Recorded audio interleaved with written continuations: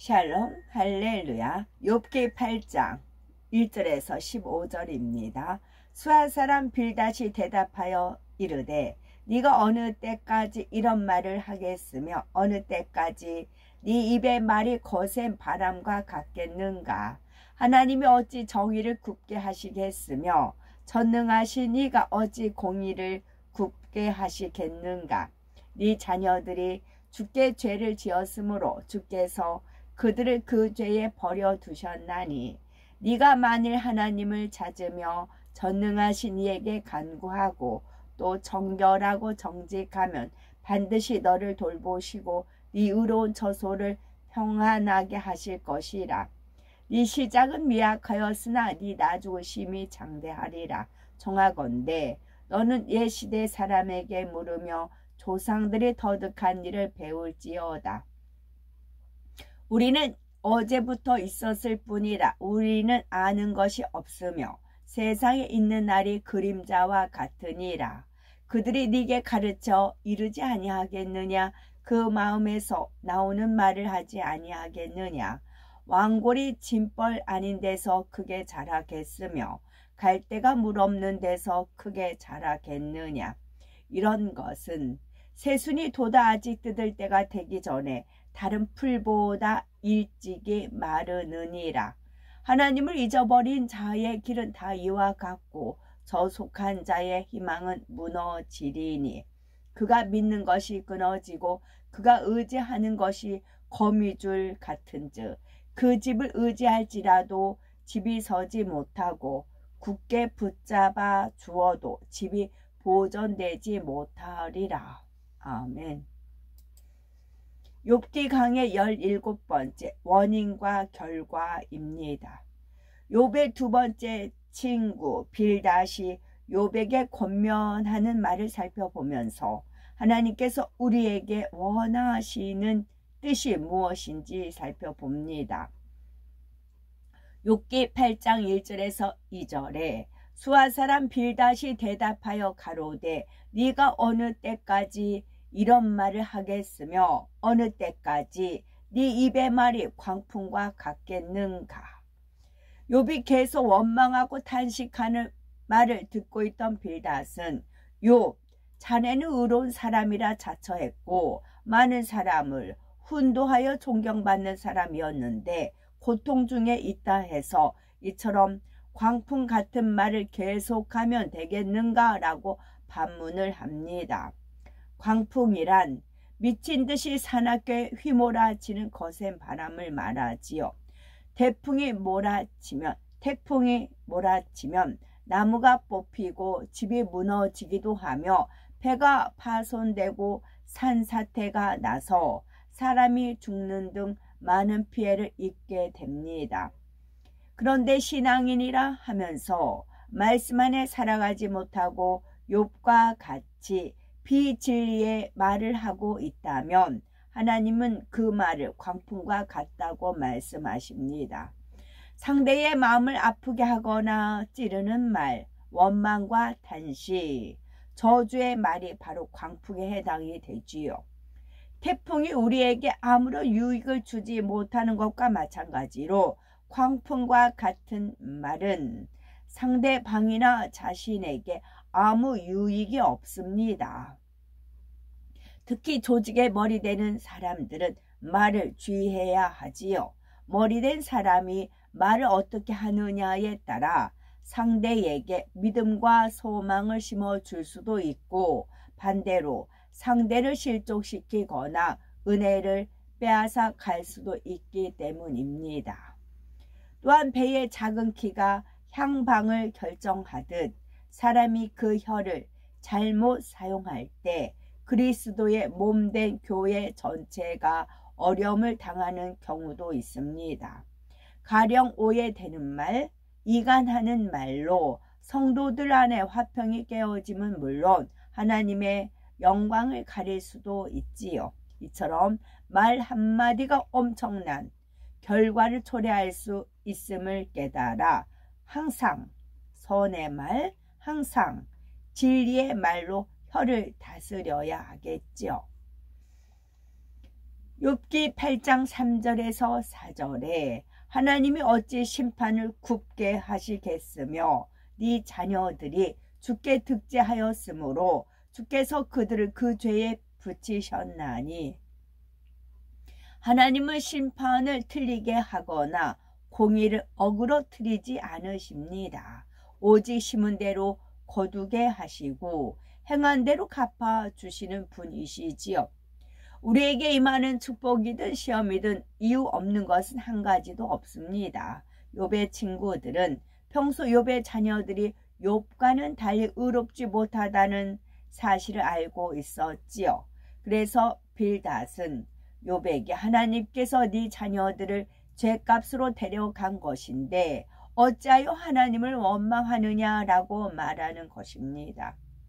욥은 자녀들이 잘못한 것을 그대로 두면 자녀들에게 무슨 재앙이라도 임할까봐 자녀들을 대신하여 번제를 드려주곤 하였지요. 이처럼 욥은 평소에 하나님을 두려워했고 따라서 번제를 드릴 때도 마음이 편치 않았습니다. 그러나 항상 기도하며 최선을 다해 계명을 지키며 하나님을 사랑하는 사람은 하나님이 함께 하시며 지켜주심으로 두려워할 까닭이 없습니다. 만일 그런 사람에게 어려움과 시험이 왔다면 더 큰 믿음의 성장이나 큰 축복을 주시기 위함이니 기뻐하고 예비하신 축복을 받을 것입니다. 하지만 하나님을 사랑한다 하면서 빛 가운데 살지 못한 것이 있다면 시험 환난을 통해 철저히 회개하고 변화되어야 하지요. 성경을 보면 하나님의 공의를 알려주시는 말씀이 많이 있습니다. 질병에 관한 공의에 대해서는 출애굽기 15장 26절에 너희가 너희 하나님 나 여호와의 말을 정종하고 나의 보기에 의를 행하며 내 계명의 길을 기울이며 내 모든 규례를 지키며 내가 애굽 사람에게 내린 모든 질병에 하나도 너에게 내리지 아니하리니 나는 너희를 치료하는 여호와임이니라 말씀하시었지요. 그래서 예수님께서는 38년 된 병자를 치료해 주신 후 그를 성전에서 다시 만났을 때 보라 네가 나았으니 더 심한 것이 생기지 않게 다시는 죄를 범치 말라 말씀하시었지요. 질병의 원인이 죄에 있음을 분명히 알려주신 것입니다. 질병뿐만 아니라 여러 가지 어려운 문제나 형통치 못한 일, 시험 환난의 원인은 바로 나 자신에게 있음을 알아야 합니다. 하나님께서는 원수 마귀도 다 주관하시기에 우리가 진리 안에 살아간다면 원수 마귀로부터 지킴받고 형통한 삶을 살아갈 수가 있는 것입니다. 욥기 8장 5절에서 7절에 네가 만일 하나님을 부지런히 구하며 전능하신 이에게 빌고 또 청결하고 정직하면 네 시작은 미약하였으나 네 나중은 심히 장대하리라. 이제라도 하나님께 부지런히 구하며 전능하신 이에게 잘못을 회개하고 마음을 정결케 하면 하나님께서 돌아보시고 회복시켜 주신다는 것입니다. 빌닷의 권면과 같이 욥은 먼저 하나님 그동안 제 마음에 악이 있어 광풍처럼 말을 쏟아냈는데 이런 악한 말들을 용서해 주세요 하면서 잘못을 회개하고 용서를 구해야 합니다. 그런데 이렇게 죄를 입술로만 고백하고 끝나면 아무 소용이 없습니다. 죄를 입술로 고백하며 회개하였다면 이제 그 마음에 있는 죄성, 악의 모양을 버려야 합니다. 그렇게 하면 네 의로운 집으로 형통하게 하실 것이라고 했는데 이는 마음과 행함이 바르면 하나님 보시기에 의로운 집이라고 인정해 주신다는 의미이지요. 욥은 지금 밑바닥부터 다시 시작해야 합니다. 자녀도 재물도 없으니 처음부터 하나하나 다시 쌓아 올라가야 하지요. 먼저는 광풍같이 쏟아냈던 말들을 회개하고 돌이켜 마음을 정결하게 하며 하나님께 긍휼을 구하면 하나님께서는 다시 형통케 해 주실 수 있습니다. 아무리 시작이 미약해도 하나님께서 역사하시면 순식간에도 창대해질 수가 있는 것이지요. 우리의 가정일터, 사업터도 마찬가지입니다. 무엇보다도 먼저는 믿음이 필요하지요. 믿음이 아니면 회개할 수가 없고 돌이킬 수가 없으며 마음이 청결해질 수도 없습니다. 우리가 기도하면서 하나님의 말씀대로 지켜 행해 나가면 하늘로부터 영적인 믿음이 오는데 처음에는 겨자씨만한 작은 믿음에서 시작하여 점점 성장해 나갑니다. 겨자씨가 싹이 트고 자라서 큰 나무가 되면 많은 새가 깃들듯 우리의 믿음의 분량이 커지면 하나님께서는 이 믿음대로 역사해 주시지요. 뿐만 아니라 영혼이 잘 되어 가는 만큼 하나님께서 가정, 일터, 사업터 등 범사에 형통하고 강건한 축복을 받게 해 주시는 것입니다. 그러니 중요한 것은 진리 안에 바로 서는 것이요 하나님과 친밀한 관계를 이루는 것입니다. 그러면 무에서 유를 창조하시는 하나님의 역사가 우리의 삶 속에서도 나타납니다.